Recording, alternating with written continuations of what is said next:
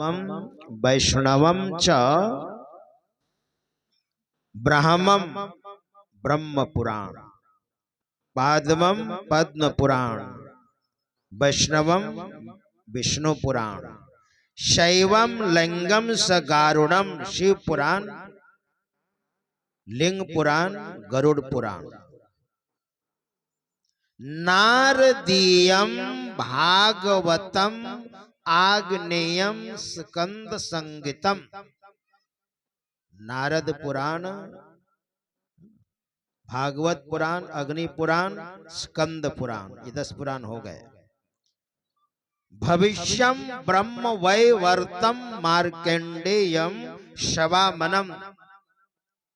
भविष्यम ब्रह्म वैवर्तम, भविष्य पुराण, ब्रह्म वैवर्त पुराण, मार्कंडेयम शवामनम, मार्कंडेय पुराण और वामन पुराण, वाराहम माथ्यम कौर्मम च, वारा पुराण, मत्स्य पुराण, कुरु पुराण, ब्रह्मांडाख्य मिति 63 और ब्रह्मांड पुराण, ब्रह्म पुराण और ब्रह्मांड पुराण अलग अलग है। ये तो यहाँ है ब्रह्मांड पुराण। ये 18 पुराण, 4 वेद, 4 उपवेद, 6 शास्त्र, इन सारे ग्रंथों में जो मुख्य ग्रंथ है और इससे मिलता जुलता ग्रंथ जैसे गीता है, रामायण है, या और सब हमारे गुरु महाराज ने जो कहा है, महापुरुषों ने जो कहा है, हम लोग डेली गाते हैं। संत मत की मूल भित्ति तो उपनिषद के वाक्यों को ही मानने पड़ते हैं, है ना। संत मत की मूल भित्ति, मूल स्तंभ, फाउंडेशन क्या है? उपनिषद है। यानी संत मत, हमारे गुरु महाराज ने संत मत को जो खड़ा किया है, तो संत मत क्या है? संत मत हो गया आधे और उपनिषद क्या हो गई? आधार। आधार किसको बोलते हैं? आधार, आधार का मतलब होता है जिसमें ठहरे, वो आधार, और जो ठहरे वो हो गया आधे। तो आधार क्या हो गया संत मत का? उपनिषद, और उपनिषद को वेदांत कहा गया है। इसलिए हमारे गुरुदेव ने कहा है, सदगुरु महर्षि में ही परमहंस देव जी महाराज ने कहने की कृपा की है कि अपने विचार में मैं इतना दृढ़ हूं कि मुझे कोई डुला नहीं सकता, और मेरे विचारानुकूल जो चलेंगे वे भी दृढ़ होंगे, ऐसा कहा। हमारे गुरुदेव ने बहुत अध्ययन किया, मतलब हमारे गुरु महाराज ने इतना अध्ययन किया, भौतिक ज्ञान के प्रकांड विद्वान थे और अध्यात्म ज्ञान की पराकाष्ठा, दोनों में परिपक्व थे।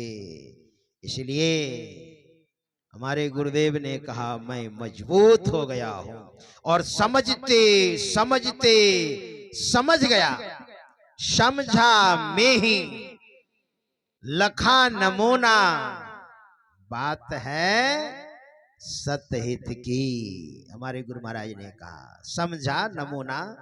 हमारे गुरुदेव ने कहा ये भी नम्रता है कि मैं पहुंच गया हूं, मैं ऐसा नहीं कहता, लेकिन हाँ पहला कदम मुझे पता है, समझा में ही, और लखा नमूना,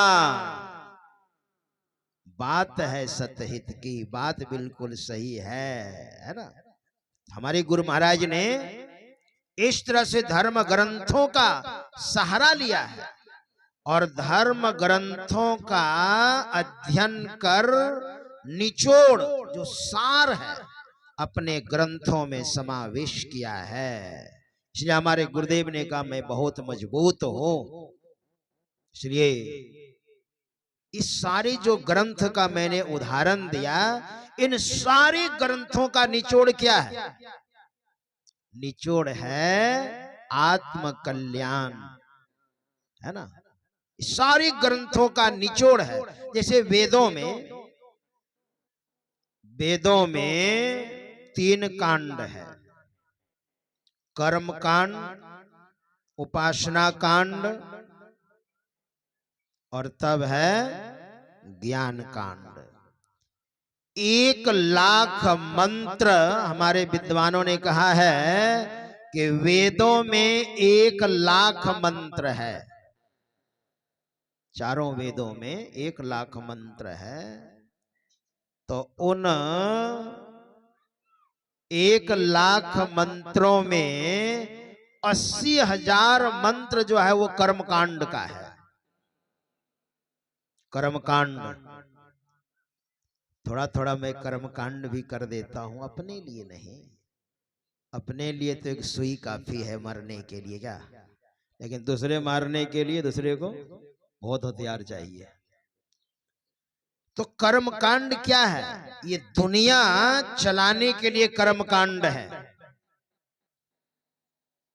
कुछ करेंगे लोग तो मन में एक आस्था होती, हाँ हमने किया है, नहीं तो लोग नास्तिक हो जाएंगे। फिर दुनिया चलाने के लिए कर्मकांड है।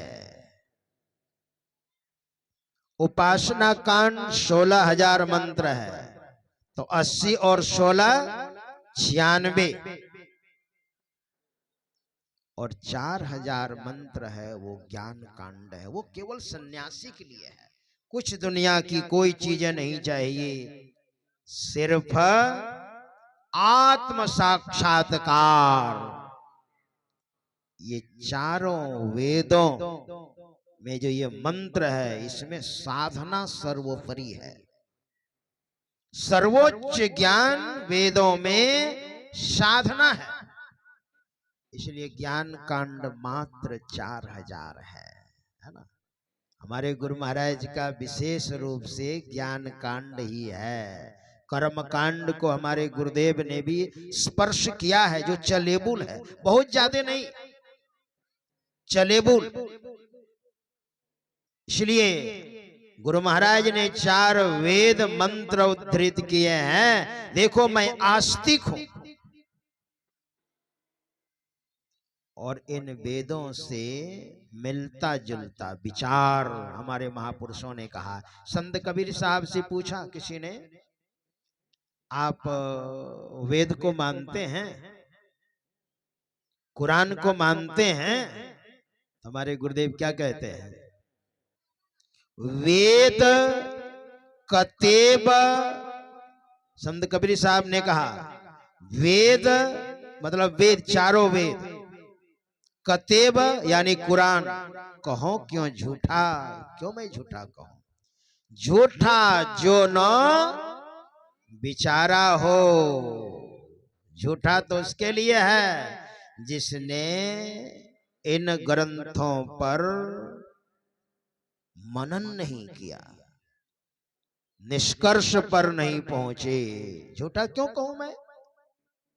इस तरह से हमारे महापुरुषों ने कहा। और उसमें उन वेदों में साधना पद्धति है।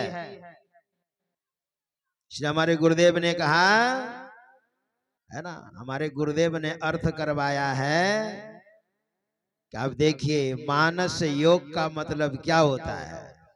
मानस जप तथा मानस ध्यान, ये वेदों में है। और हमारे गुरु महाराज ने जो मानस जप को और मानस ध्यान को लिया, वेद का प्रमाण दे करके, देखो मैंने जो कहा है वो गलत नहीं है, वेदों में है। जप और ध्यान है। अब जप नहीं कीजिएगा तो रूप आएगा, और रूप नहीं आएगा तो दृष्टि योग होगा, और दृष्टि योग नहीं होगा तो नादानुसंधान फिर कहां से होगा। इसलिए वेदों में है, देखिए आप। इसलिए हमारे गुरु महाराज ने उदाहरण दिया ज्योति योग। ज्योति योग का मतलब होता है दृष्टि योग, है ना। यानी दृष्टि योग की प्रक्रिया वेदों में है। और दृष्टि योग जब आपका बढ़िया से होने लग जाएगा, यानी अंधकार में दृष्टि जब टिकने लग जाएगी, तो बिंदु में तह नाद बोले। बिंदु में मतलब अंदर होता है।